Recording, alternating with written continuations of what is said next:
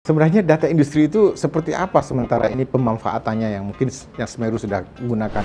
Di dalam modernisasi stasiun ke depan, data administrasi akan kita kuatkan, data survei itu untuk memvalidasi, ya gitu. Arahnya ke sana. Penting sekali ya Ya. modernisasi statistik. Ya, ini sedang kita arahkan ke sana, Pak. Mulai triwulan ketiga ini, Bapak Ibu, kita sampel kita hampir sampai 30.000, ya. Jadi kita berusaha take all, terutama di kawasan ekonomi khusus, di kawasan industri.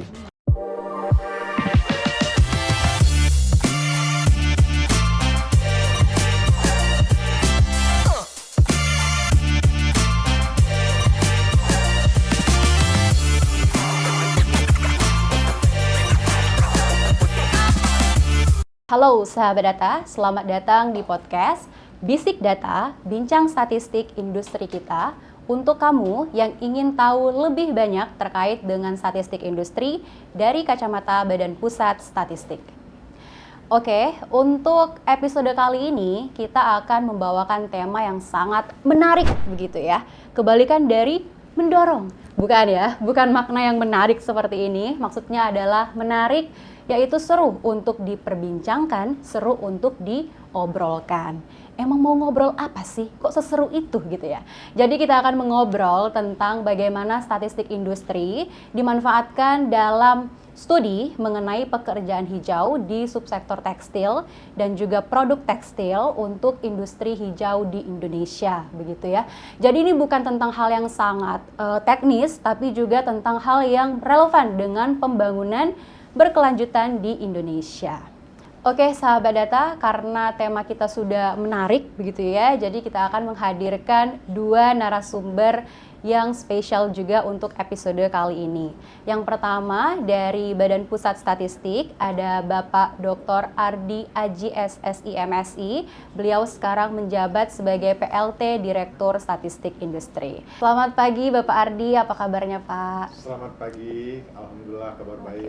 Ya, terima kasih ya Pak telah meluangkan waktunya untuk hadir dalam podcast Bisik Data di episode kita pada hari ini. Oke sahabat data, narasumber yang kedua dari kalangan peneliti sudah hadir bersama kita Ibu Palmira Bahtiar. Beliau adalah peneliti dari The Semeru Research Institute yang biasa disapa dengan Ibu Mia. Nanti Ibu Mia yang akan menggali lebih dalam terkait dengan informasi yang berkaitan dengan survei IBS dan juga IMK. Apa itu IBS dan IMK? Nanti akan dijelaskan lebih lanjut. Pertama kita sapa dulu nih Ibu Mia ya. Selamat pagi Ibu Mia. Selamat pagi Kak Putri. Apa kabarnya Ibu pada hari ini? Baik. Ya. Terima kasih ya Bu sudah menyempatkan waktunya untuk hadir dalam podcast Bisik Data kita pada episode kali ini. Dengan senang hati. Ya, terima kasih ya Bu. Oke, sahabat data, untuk episode kali ini nanti Ibu Mia yang akan menggali informasi lebih dalam terkait dengan survei yang ada di statistik industri, khususnya statistik industri besar dan sedang yaitu IBS dan industri mikro kecil yaitu IMK, tentang bagaimana metodologinya, kemudian apa saja permasalahan di lapangannya, dan bagaimana data industri tersebut dimanfaatkan untuk penelitian lebih lanjut yang berkaitan dengan industri hijau di Indonesia. Oke, tanpa menunggu lama lagi, ada baiknya kita langsung saja memulai perbincangan kita. Untuk itu kami persilahkan kepada Ibu Mia dan juga Pak Ardi untuk saling berdialog satu sama lain. Iya, saya tambahkan sedikit mungkin informasi mengenai studi yang kita saat ini kita sedang lakukan. Studi ini didukung oleh Open Society Foundation dan kami bermitra juga dengan Pusat Industri Hijau Kementerian Perindustrian. Selain dengan Pusat Industri Hijau, karena cakupan studi ini cukup luas, kami juga bermitra dengan Bappenas, dengan Kementerian Ketenagakerjaan, Kementerian Perdagangan, Kementerian ESDM, dan Kementerian Lingkungan Hidup. Durasi studinya 3 tahun dan tujuannya adalah menghasilkan rekomendasi untuk mendukung pekerjaan hijau dalam kerangka transformasi subsektor tekstil dan produk tekstil menjadi industri hijau. Oke, mungkin kita mulai saja dengan tanya jawab kita ya Pak Ardi. Pertama mungkin tentang perbedaan survei industri besar dan sedang dan survei industri mikro dan kecil.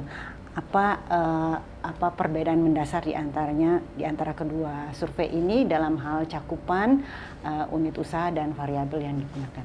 Oke, terima kasih Bu Mia. Kita alhamdulillah ya BPS senang sekali ya bekerja sama dengan The Semeru Institute ya. Jadi kita di BPS itu ada namanya Direktorat Khusus Menangani Industri. Ya, jadi namanya Direktorat Statistik Industri yang menangani industri besar sedang, industri mikro kecil. Di samping itu juga kita menangani data pertambangan energi dan data konstruksi. Jadi hampir sekitar 30% PDB itu dikelola di direktorat kami. Ya, oke. Itu. Jadi tentang data industri besar sedang itu sebenarnya kita melakukan beberapa survei untuk industri besar sedang. Yang pertama, kita mengupdate direktori setiap tahun, Bu. Jadi direktori ini adalah direktori usaha besar sedang, industri besar sedang yang tenaga kerjanya lebih dari 20. Jadi antara 20 sampai 99 industri sedang dan lebih dari 100 itu industri besar. Ya. Jadi klasifikasi utamanya memang kita menggunakan dari sisi tenaga kerja. Kenapa tenaga kerja? Supaya lebih mudah mengklasifikasikan di lapangan. Tetapi mengikuti Undang-Undang Cipta Kerja, kita juga menambahkan informasi aset dan omset gitu ya untuk mengklasifikasikannya. Oke. Ini untuk memudahkan kita ke lapangan. Kemudian kita juga mengadakan survei industri mikro kecil ya. Industri mikro kecil ini pekerjanya kurang dari 20 atau di bawah 20. Jadi ada mikro dan kecil. Mikro itu kurang dari 5 ya. Sedangkan kecil itu antara 5 sampai 19. Ini dan kedua-duanya ini pertama memang ada updating dari usahanya sendiri ya supaya mudah kita mendatanya. Yang kedua kita ada mendata triwulanan, Bu. Jadi data triwulanan ini kita lakukan untuk mengecek seperti apa perkembangan ya, terutama mengenai indeks produksi, Bu. Jadi karena perekonomian kita itu harus dilihat setiap triwulan ya, itu sudah komitmen kita ke UN. Jadi kita akan menghitung PDB sekitar 35 hari setelah triwulan itu berlangsung.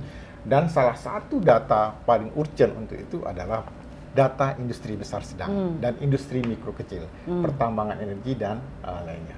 Jadi mungkin menarik ini, Bu, kalau Ibu ingin lebih memahami, mendalami apa itu tentang industri besar sedang, industri mikro kecil, secara umum klasifikasinya mengenai tenaga kerja dan omset dan aset tadi. Itu, Bu.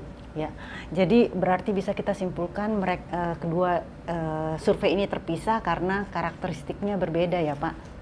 Ya, karena metode samplingnya berbeda. Jadi juga pertama, untuk industri besar sedang, sebelum tahun 2022, kita itu melakukan mendata populasi, Bu. Ya. Iya. Jadi sejak tahun 2023, 24, 25 ini kita hanya mendata sampel. Tetapi rencana kita di triwulan 4 2025 ya atau di tahun depan itu kita untuk industri besar itu akan kita data populasi supaya bisa terbandingkan antara waktu. Jadi dulu ini memang industri ini didata itu sudah sejak lama, sejak tahun 70-an, Bu. Sampai hari ini memang ada fenomena perubahan-perubahan untuk menyesuaikan karena penyesuaian keadaan ya seperti pandemi, Covid dan sebagainya, sehingga kita tidak bisa mendata semua populasi. Tetapi kita berkomitmen ke depan ya, industri besar sedang ini akan kita data populasi.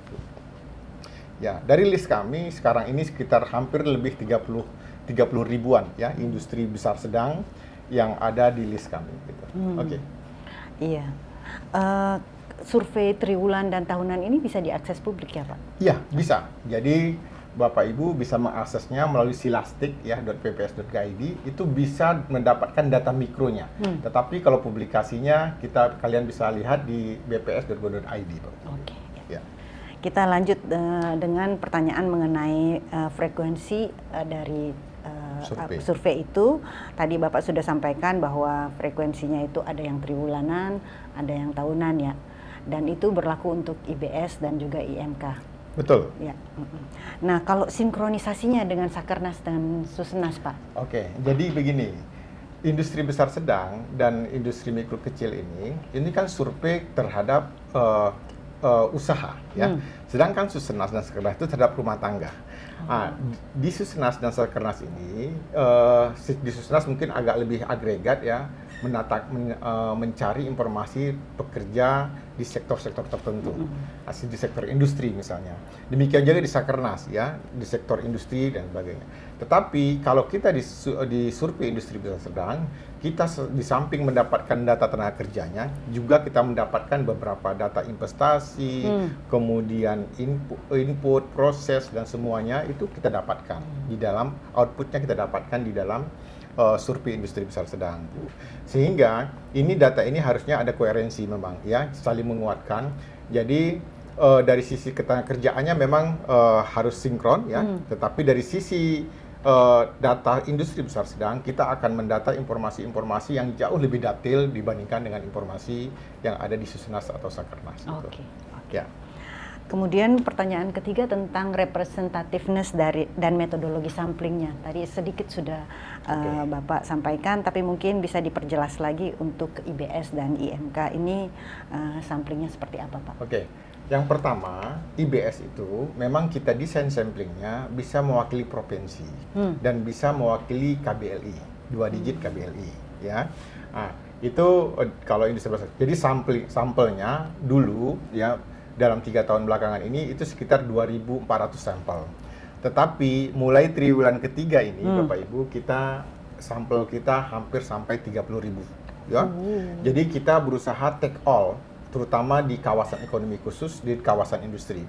Kita juga bekerja sama dengan Kemenperin, di mana Kemenperin mempunyai data namanya data SIINAS. Ya, itu data administrasi yang dikumpulkan bulanan dan triwulanan.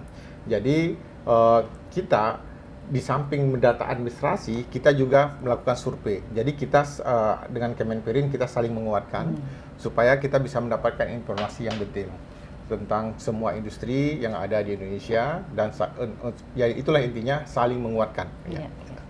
Itu soal representativeness-nya. Terus bagaimana, Pak? IMK, ya? IMK-nya. Oh, IMK gini, IMK sampel kita sama juga, ya. Jadi IMK itu 2 digit KBLI, ya, provinsi, ya, bisa menjelaskan provinsi, dan karena IMK ini kan besar sekali, Pak. Iya. IMK ini sampel kita hampir 100.000, ya, Bapak Ibu, ya, 100.000. Dan itu dari Sabang sampai Merauke, dan hampir di seluruh kabupaten kota ada sampel kita. Dan memang di Indonesia itu IMK itu kan paling banyak ya industri makanan, ya, Bu. Industri makanan, betul. Ya, makanan dan sebagainya. Jadi inilah menarik kalau ingin kita bicarakan detail nanti tentang IMK bisa kita bicarakan, Bu. Yeah. Jadi tetapi begini, kita intinya survei ini untuk melihat indeks produksi, ya. Jadi indeks produksi ini cerminan dari pembentukan nilai tambah, ya. Jadi indeks PMTB nanti ke depan. PMTB, jadi indeks produksi ini sebagai indikasi, ya, besaran perubahan produksi, ya, sehingga perubahan produksi inilah yang disebut dengan harga konstan ibaratnya, ya, kalau dalam PDB. Jadi artinya perubahan produksi itulah cerminan pertumbuhan, Bapak Ibu, ya. Jadi cerminan pertumbuhan ini kita deteksi dengan ini. Dan informasi ini, ya, setelah kita lakukan kumpulkan seluruh Indonesia, kita olah di sini dan kita kembalikan lagi ke seluruh BPS provinsi, kabupaten, kota, sehingga mereka juga bisa menghitung PDB untuk sektor industrinya, ya, terutama untuk level provinsi. Sedangkan untuk kabupaten kota mungkin nggak bisa sedetail level nasional dan provinsi. Oke, kita lanjut dengan pertanyaan mengenai akurasi data, Pak. Oke. Bagaimana caranya BPS memastikan bahwa datanya itu valid? Oke. Jadi untuk memastikan data itu valid, ya, kami bergerak dari sisi sistem bisnisnya, ya, GSBPM, ya. Jadi ini, Bapak Ibu, kita berproses, ya. Jadi BPS itu melakukan pengumpulan data itu ada proses bisnisnya, dari desain awalnya, perencanaan, metodologi, semua tahapan itu. Jadi kalau BPS itu kami itu bukan berfalsafah lebih cepat lebih baik, Bu, tetapi lebih tepat lebih baik. Proses bisnis yang kami jalankan lebih detail, lebih benar, itu yang lebih baik. Jadi yang semua tahapan itu kita lalui, ya. Jadi semua tahapan dari desain sampling dan sebagainya. Jadi kita melakukan proses itu dengan orang-orang yang profesional. Jadi kami punya tim khusus bidang metodologi. Kami walaupun di Direktorat Industri Besar Sedang, kami nggak bisa ngambil sampel sendiri, Bu. Ada tim metodologi yang mengambil sampel. Kalau kami ngambil sampel sekian ini, takutnya jeruk makan jeruk, katanya, Bu. Kami cari yang mudah kami kunjungi, kan? Betul. Tetapi kami nggak bisa. Ya, itu sudah ditentukan oleh tim metodologi dalam hal pengambilan sampel. Setelah itu juga pengumpulan data, ada pelatihannya, prosesnya, Bu. Kemudian sebelum ke lapangan ada listingnya, gitu ya. Sehingga kita semua keterwakilan dalam secara konsep statistik itu sudah dijalankan, gitu ya, proses tahapan itu. Jadi kita bergerak di situ. Kemudian pastilah nama juga statistik, ya statistik itu kan namanya ada ukuran pemusatan dan ukuran penyebaran dan ada standar error, gitu ya. Jadi kesalahan itu juga. Dan desain sampling kami yang kemarin 30 ribuan kemarin, itu di desainnya itu RSE-nya, relatif standar error-nya sekitar 20%-an, Bu. Ya, itu memang sudah kita antisipasi dengan karena dengan kekurangan dana itu, dengan kekurangan kapasitas kami, ya kami tetap mengakomodir kesalahan-kesalahan itu, ya. Oke. Sekarang kita masuk ke blok tentang tantangan, ya, Pak. Tantangan. Tadi Bapak sudah sempat sebut kekurangan dana. Nah, itu satu tantangan. Tapi tantangan lain dalam hal respon rate mungkin, Pak?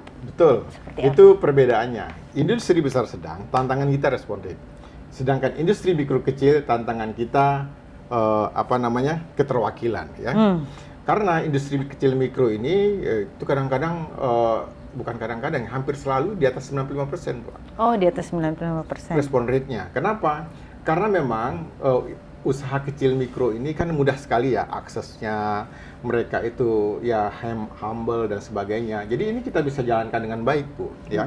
Tetapi kami punya tantangan dari sisi sampling frame-nya. Jadi kami menggunakan sampling frame tahun 2016, sensus 2016. Ya sekarang akan kita melaksanakan sensus 2026.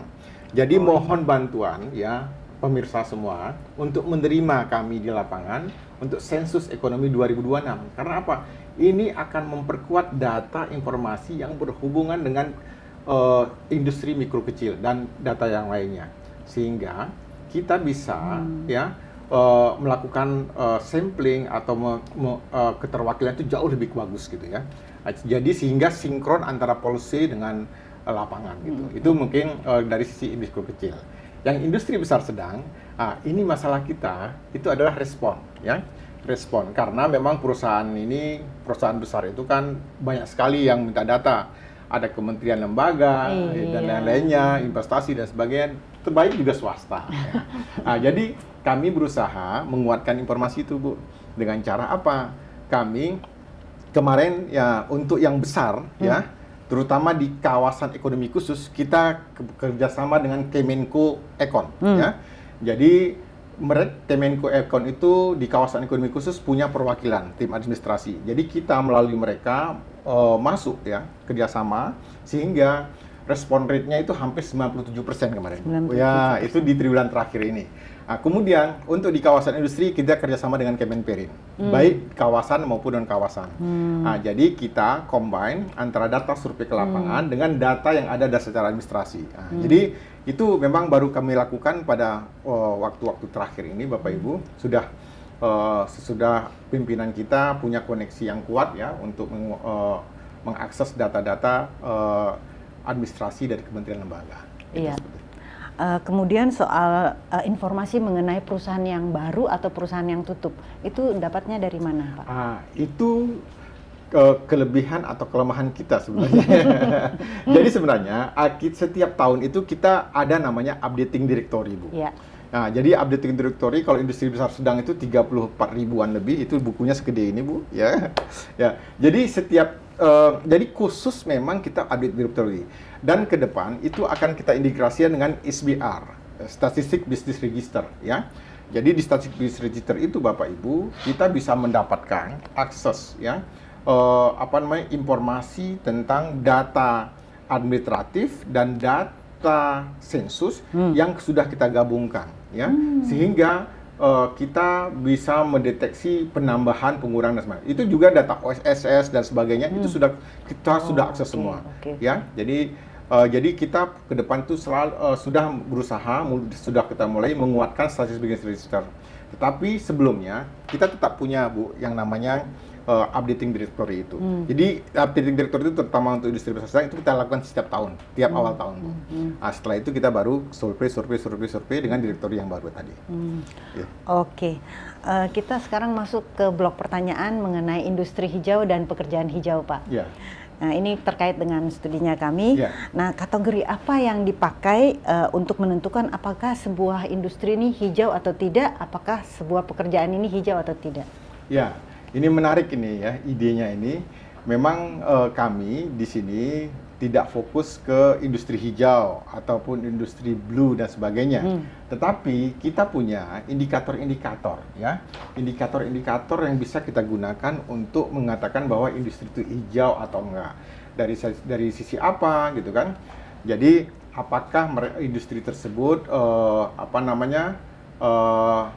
menggunakan bahan baku yang hijau, apakah outputnya itu limbahnya itu tidak dikelola dengan baik dan sebagainya. Jadi sebenarnya informasi ini sebenarnya kalau secara umum Bapak Ibu ya bisa mengakses dari struktur input ya, struktur inputnya, dia itu proses inputnya seperti apa dan prosesnya seperti apa, outputnya seperti apa. Dan sebenarnya kita membuat namanya supply use table Bu di sini. Ya, supply use table itu untuk menghitung PDB, tetapi di situ bisa diklasifikasikan atau direklasifikasikan apakah ini bisa dikatakan hijau atau tidak dari sisi input, proses dan outputnya gitu ya.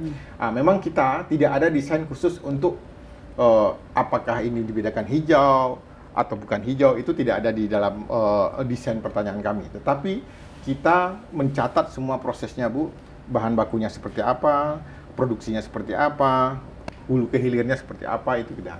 Jadi kita bisa lihat dari efisiensi penggunaan bahan bakunya Bu. Kalau kita ingin melihat apakah itu hijau atau tidak ya, itu bisa didetek dari data-data industri besar sedang maupun mikro kecil. Tetapi mungkin dari data tahunan Bu ya, karena data tahunan itu kita bisa lebih detail. Kemudian efisiensi penggunaan energinya seperti apa gitu ya, menggunakan persediaan apakah energinya dari PLN, non PLN atau dari mana, itu ada informasinya di situ. Kemudian next selanjutnya dari sisi selain apakah mendukung keanekaragaman hayati gitu ya. Jadi ini memang sangat umum Bu ya. Jadi efisiensi penggunaan air ini sangat umum dan itu mungkin researcher bisa mengklasifikasikan itu dan kita bisa berdiskusi detail mengenai bahan-bahan yang bisa kita gunakan untuk ini. Iya. Dan ini bisa diakses publik ya Pak? Iya, bisa diakses publik. Sebenarnya data-datanya yang saya bilang tadi, raw datanya bisa diakses dari silastik.bps.go.id ya. Jadi biasanya kita juga menggunakan dua sisi Bu. Memang berbayar, tetapi bisa berbayar Rp0. Oh iya. Kok bisa? Iya bisa. Terutama untuk perguruan tinggi, lembaga-lembaga pemerintah atau lembaga internasional, itu memang ada. Kita beri akses untuk supaya data itu utilisasinya lebih besar, kita tetap berbayar tapi Rp0. Iya. Nah itu kami tertarik Pak, yang Rp0 itu. Oke. Nah kita lanjut ke pertanyaan mengenai keterbatasan survei IBS dan IKM untuk menangkap aspek industri hijau dan pekerjaan hijau.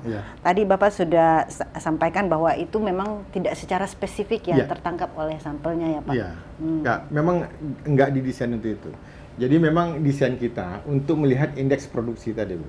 Jadi pergerakan produksi dari satu industri ya, industri besar atau mikro kecil. Ya. Ya.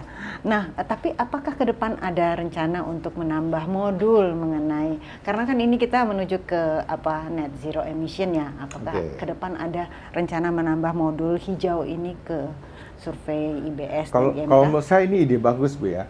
Tetapi kan kita biasanya untuk menambah itu kita ada sedikit studi biasanya ya. Kita lakukan studi ya, kita lakukan pendalaman. sehingga kita bisa cost benefit analisisnya untuk itu, kemudian kira-kira apakah ini visible untuk dilakukan, daftar pertanyaannya apa dan sebagainya. Itu biasanya ya, terutama untuk data-data rumah tangga itu dia ada interkementerian. Jadi kita ada diskusi antar kementerian untuk finishing kuesioner kita ya. Ya, tetapi untuk data industri besar sedang ini itu biasanya kita dengan kementerian terkait ya, Kemenperin dan beberapa kementerian yang lainnya, Bu. Jadi mungkin kalau bisa mungkin tolong didengungkan ke isu hijau ini supaya nanti kementerian lembaga ada kebutuhan untuk itu ya. Sebenarnya kami itu eksekutor, Bu, ya BPS itu ya. Kita akan mendata apapun yang diminta atau dibutuhkan oleh negara ini, Bu. Oke, intinya bukan pembuat kebijakan ya, tapi melaksanakan kebijakan. Oke, mungkin pertanyaan selanjutnya adalah soal informasi provinsi di IBS dan IMK. Mengapa itu tidak didiseminasi, Pak? Sebenarnya di data dasarnya ada, Bu. Ya, jadi ada di data dasarnya. Jadi dia itu tergantung ya. Jadi biasanya yang pertama itu KBLI ya. Jadi KBLI per provinsi ya, dan memang di 3 tahun belakangan ini mungkin kita ada kekurangan sampel tadi, Bu. Jadi kadang-kadang tidak bisa diselesaikan informasi itu dijelaskan detailkan sampai provinsi. Tetapi di tahun 2022 ke bawah itu bisa semua, Bu. Jadi harapan kita di 2006 ke atas juga bisa semua. Jadi ini karena memang kita era pandemi ini ya sebenarnya 2019 ke bawah ya, 2019 ke bawah itu sudah bisa semua karena itu populasi, Bu, seperti di awal tadi. Jadi sebenarnya informasi itu ada provinsi, ada kabupaten, Bu. Semua ada detail ya. Tetapi kadang-kadang publik itu nggak paham untuk memanfaatkannya ya. Jadi beda antara survei industri ini, Bu, industri besar sedang dengan survei rumah tangga. Bedanya di mana? Di survei industri ini mungkin ada zero sum game, Bu. Apa itu zero sum game? Kalau sampel ini kita ambil, maka kesannya sampel itu belum tentu bisa mewakili semuanya. Kenapa? Karena industri itu satu industri saja outputnya bisa sampai triliunan, ya kan? Triliunan dan produksinya beda-beda gitu ya. Jadi kalau kita nggak take all, itu tadi nggak bisa dijelaskan. Sehingga di 2019 ke bawah itu bisa, Bu, sangat bisa. Jadi ini ke depan kami berkomitmen untuk menguatkan itu lagi dan mudah-mudahan ya 2026 kita sudah bisa take all semua industri, jadi per provinsi bisa ya, secara total. Itu yang terbaik, Pak. Ya. Nah ini kita masuk lagi satu pertanyaan teknis mengenai energi, listrik, air, bahan bakar yang juga tidak didiseminasi di data mikronya IMK. Kira-kira kenapa itu, Pak? Oh itu, ya jadi seperti itu, Bu. Jadi gini,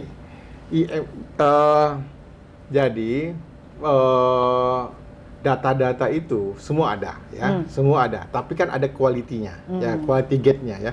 Jadi quality gate ini kadang-kadang bisa dilewati, bisa enggak. Jadi fokus kita memang tadi indeks produksi, Bu. Ya, indeks produksi. Kadang-kadang pelaporan ini lebih bagus data administratif dibandingkan data survei. Karena kita hit and run gitu ya. Nah, jadi ke depan itu makanya kita berkolaborasi, Bu. Dengan Kemenperin itu salah satunya ya. Jadi agar laporan-laporan bulanannya itu kalau beda loh antara data pengakuan dengan data administrasi ya.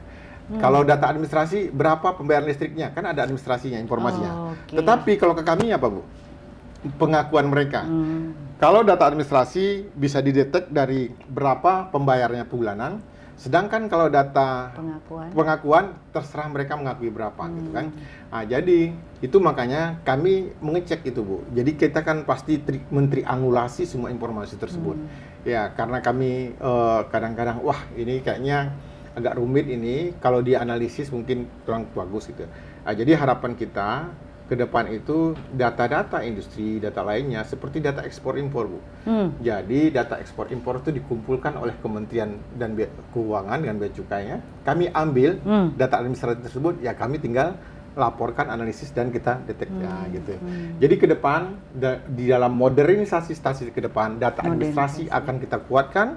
Data survei itu untuk memvalidasi ya gitu. Ini penting sekali ya modernisasi statistik ya. Ini sedang kita arahkan ke sana, Pak.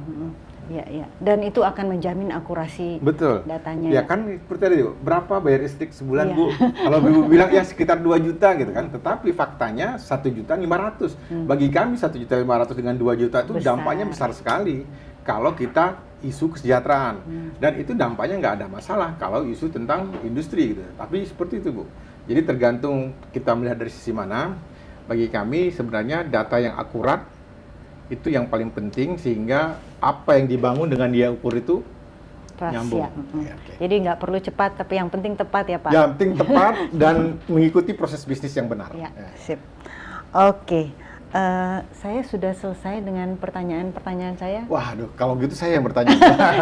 Silakan Pak. Ya, ini memang agak serius kita ceritanya ya, karena cerita data itu data kadang kita harapkan bisa jadi informasi. Setelah data jadi informasi itu jadi pengetahuan, ya. Setelah jadi pengetahuan kita mengharapkan ada wisdom. Jadi kami sangat membutuhkan seperti The Semeru Institute ya, untuk membuat data kami itu dikombinasikan dengan pengetahuan, iya. ya, sehingga kami bisa, pemerintah bisa mengeluarkan kebijakan-kebijakan yang bagus. Nah, jadi sekarang pertanyaan kami Bapak Ibu, sebenarnya data industri itu seperti apa sementara ini pemanfaatannya yang mungkin yang Semeru sudah gunakan gitu? Iya, terima kasih Pak Ardi, itu penting sekali, pertanyaan yang penting bagi kami karena kami ideologinya data ya. Iya. Jadi nggak mungkin ada pengetahuan tanpa ada data ya. Iya. Tadi Bapak sudah sampaikan. Nah, di kami itu data yang kami pakai adalah data PDB tekstil dan pakaian jadi gitu yang dipakai untuk mengukur kinerja perusahaan TPT dan kontribusinya TPT dalam PDB gitu ya. Kemudian kami juga menggunakan data laju pertumbuhan tekstil dan pakaian jadi. Ini dipakai untuk melihat siklus ekspansi atau kontraksi di industri. Data ekspor impor juga kami pakai. Ini untuk melihat daya saing global industri kita gitu. Dan terakhir data investasi untuk melihat data investasi itu struktur permodalan ya Pak. Oke. Jadi green economy ke depan ya, mungkin yang diharapkan dari kami apa kira-kira Bu dari tim industri? Ya tentu saja data yang akurat dan kalau bisa lebih cepat ya Pak. Iya, data-data mikro yang lebih bisa diakses oleh publik itu Pak. Oke, jadi accessible ya Bu ya? Iya, accessible dan kalau bisa Rp0 Pak. Iya, iya. Oke. Iya. Sip. Baik, mungkin jadi begini Bu ya. Jadi statistik itu ada NSO ya. Nah, National Statistical Office. Jadi ada data-data yang mungkin harus kami laporkan ke publik ya untuk tujuan-tujuan monitoring atau evaluasi. Utamanya memang data-data kita yang kedua itu data evaluasi Bu. Jadi itu makanya sampling-sampling itu kita siapkan untuk mengevaluasi bidang gitu ya.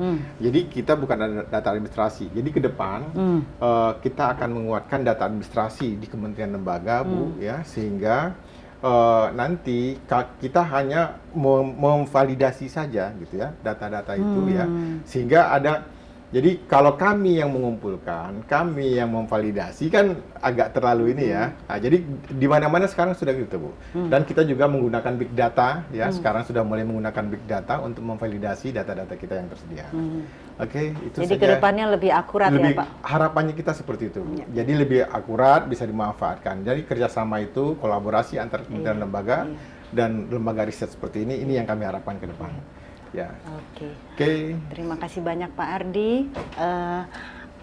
Saya rasa semua pertanyaan sudah saya tanyakan gitu, dan kami juga sangat tercerahkan oleh dialog ini Pak. Terima kasih atas informasi yang sangat penting untuk menunjang studi kami. Oke. Terima kasih semuanya, teman-teman semua. Terima kasih sahabat data di seluruh Indonesia. Memang kami terus memperbaiki diri, tidak ada yang sempurna ya. Semuanya tidak ada yang sempurna, sehingga kami terus berbenah. Jadi statistik itu adalah ukuran pemusatan dan ukuran penyebaran. Apa itu? Rata-rata, informasi secara umum kondisi ya, dan ada variasinya. Jadi dengan informasi ini kita bisa mengambil kebijakan lebih tepat ya, dan dengan data yang akurat kebijakan lebih tepat dan pimpinan atau pimpinan kita mengambil keputusan lebih bijak ya untuk pembangunan yang berkelanjutan. Terima kasih sahabat data. Wassalamualaikum warahmatullahi wabarakatuh. Waalaikumsalam warahmatullahi wabarakatuh. Wah, sahabat data, tidak terasa ya, banyak sekali informasi kemudian wawasan baru yang kita dapatkan dalam episode kali ini. Mulai dari perbedaan survei IBS dan IMK, kemudian bagaimana metodologinya, bagaimana isu di lapangannya, serta bagaimana data-data BPS dimanfaatkan untuk penelitian dan studi di Semeru. Kemudian penjelasan dari Pak Ardi juga sangat jelas ya, bagaimana data BPS itu dibangun ya, kemudian dijaga kualitasnya untuk dijadikan sebagai data-data untuk penelitian strategis.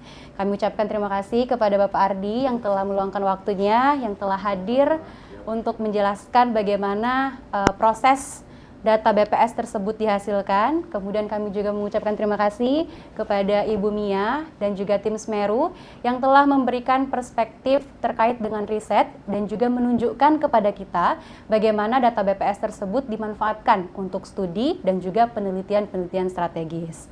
Oke sahabat data, semoga obrolan kita di Bisik Data, Bincang Statistik Industri pada episode kali ini dapat menambah wawasan kita semua. Sampai jumpa di episode berikutnya. Jangan lupa untuk tetap semangat, kemudian tetap cinta data, dan bangun negeri dengan statistik.